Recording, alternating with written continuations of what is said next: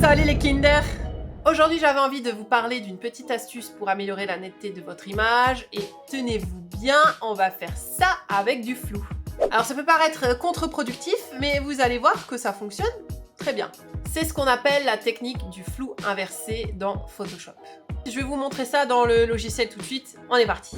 Alors donc ici c'est une version de NGC 2264, la Starless, qui n'est pas du tout traitée, hein. On est sur un truc brut sorti Cyril.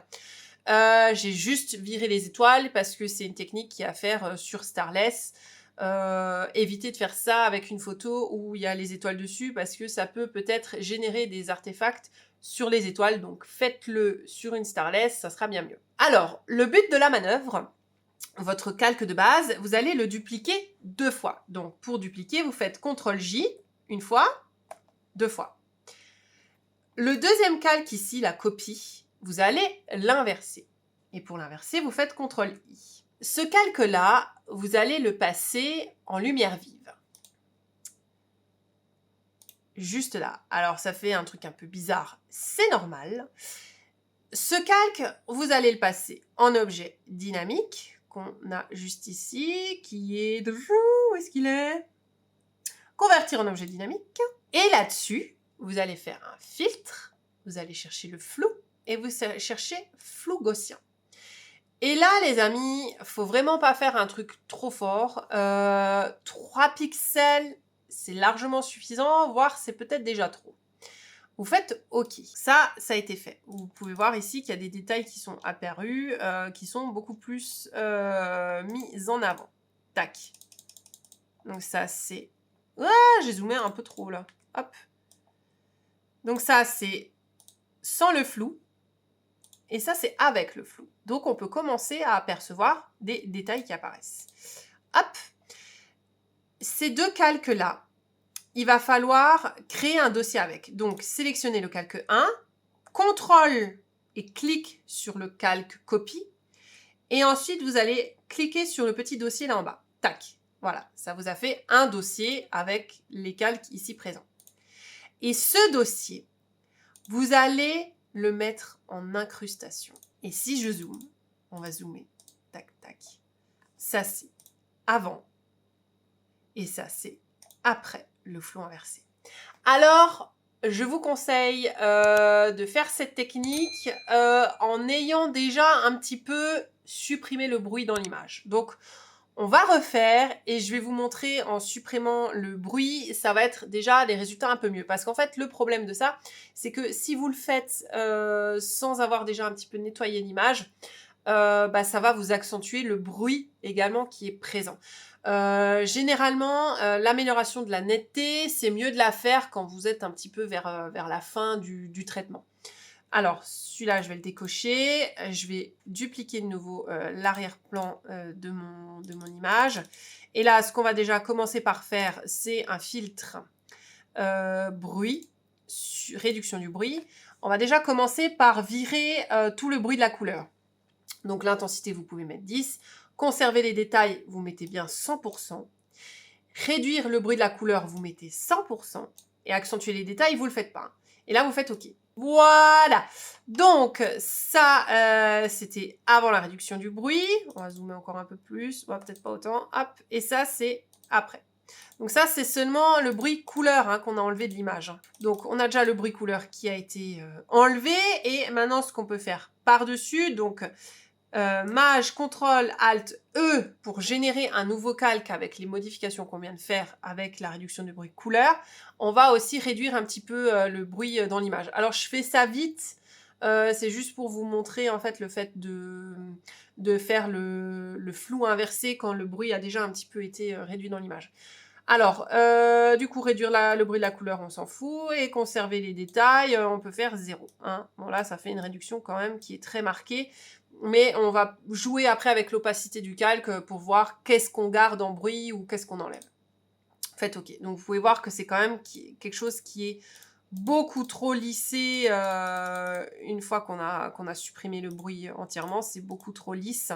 Donc ça, fait voir à 50% si je mets l'opacité. Ouais. Hop.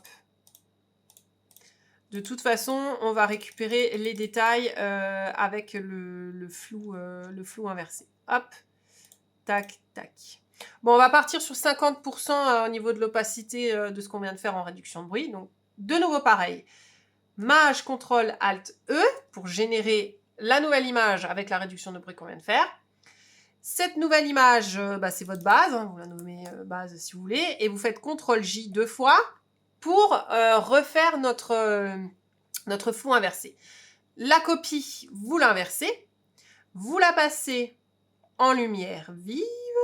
À chaque fois, je ne le trouve pas. Si, là, voilà. En lumière vive, vous convertissez votre objet en objet dynamique. Ça, c'est bon. Et vous appliquez là-dessus un flou gaussien de 3 pixels. OK. Et vous pouvez voir, justement, si je décoche l'effet qu'on vient de mettre, qu'on peut apercevoir que les détails reviennent, n'est-ce pas? Comme tout à l'heure, ce calque-là et le calque de base, vous en faites un dossier. Vous cliquez sur le dossier ici. Et ce groupe-là, vous le passez en incrustation. Et voilà ce que ça donne. Avant, après. Tac. On peut aller dans les détails peut-être ici pour mieux voir. Donc, avant, après. Avant, après. On peut voir ce que ça donne avec ça. Ouais, vous voyez quand même la différence entre les deux. Hein. Donc ça, c'est notre version de base. On n'avait pas nettoyé l'image où il restait du bruit. Donc on peut voir que du coup, le flou inversé a également influencé le bruit dans l'image. Il l'a fait ressortir. Alors que le fait de d'abord nettoyer un petit peu l'image et de ensuite appliquer un flou inversé, ça reste beaucoup mieux que notre première version qui était un peu trop marquée. Et on peut voir qu'on récupère quand même vachement de détails dans l'image. Vous allez me dire, ouais, mais là, tu t'embêtes parce que tu pourrais très bien réaliser un passo. Alors, il faut savoir que le passo, c'est bien, mais il est un petit peu moins bien que cette technique. Il va relever moins de détails et faire ça un peu moins joliment. On va tout de suite le voir. Donc, ce groupe, le premier, je le tège. Ça, c'est le flou inversé, FI. Et du coup, on va reprendre notre base et on va faire effectivement la technique du passo. Donc, je duplique ce calque. Ce calque, on va appliquer un passo. Donc, divers passo. Je mets aussi 3 pixels comme le flou inversé pour comparer vraiment la même chose. Vous faites OK. Et vous passez aussi ce calque en incrustation. Tac. Donc, ça, c'est votre passo. Alors, je vais dupliquer. Hop. Donc ça, c'est le passo. Voilà. Ça, c'est le passo. Et ça, c'est le flou inversé. Et vous pouvez constater qu'il y a beaucoup plus de détails qui réapparaissent avec le flou inversé comparé avec le passo qui est beaucoup moins marqué. Hein. On peut quand même apercevoir nettement une différence. Hein. Si je prends le calque de base et que je mets juste le flou inversé, on a récupéré vraiment, vraiment des détails. Hein. Après, si vous êtes un gros bourrin, si vous voulez encore plus accentuer cette netteté, eh il faut tout simplement augmenter les pixels lorsque vous faites le flou gaussien. Au lieu de 3 pixels, vous mettez 6. Mais là, honnêtement, ça va vous faire quelque chose de totalement dégueulasse. On peut le faire hein, pour s'amuser, hein, comme ça vous voyez ce que ça fait. Hein. Donc attendez, je refais. Tac, on va le passer en inversé. On met notre flou gaussien qu'on va mettre en varie à 6%. Tac.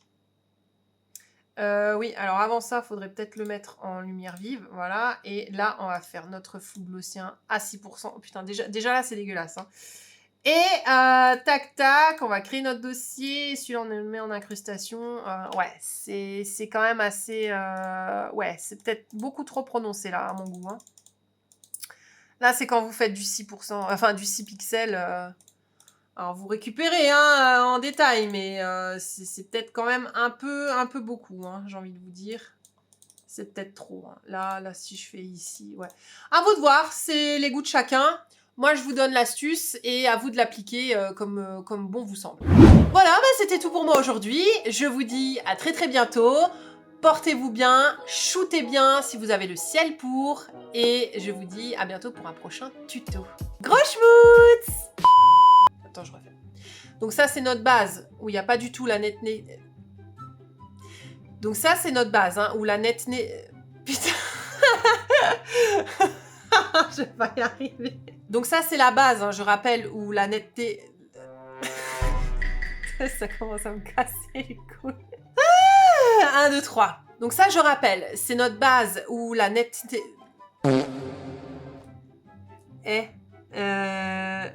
Putain, faut que je le mette à la fin en vidéo gag, c'est pas possible, ça fait 10 fois, je recommence. La netteté, putain. Allez, donc ça, je rappelle, hein, c'est notre calque de base où la netteté... Ah si, c'était presque bon. Bon. Donc là, pour rappel, hein, c'est le calque de base où on n'a pas du tout amélioré les... Ah, mais je sais comment je vais faire, attends. Donc ça, je rappelle, c'est le calque de base où on n'a pas encore amélioré les détails de l'image, hein, c'est l'image brute. Voilà.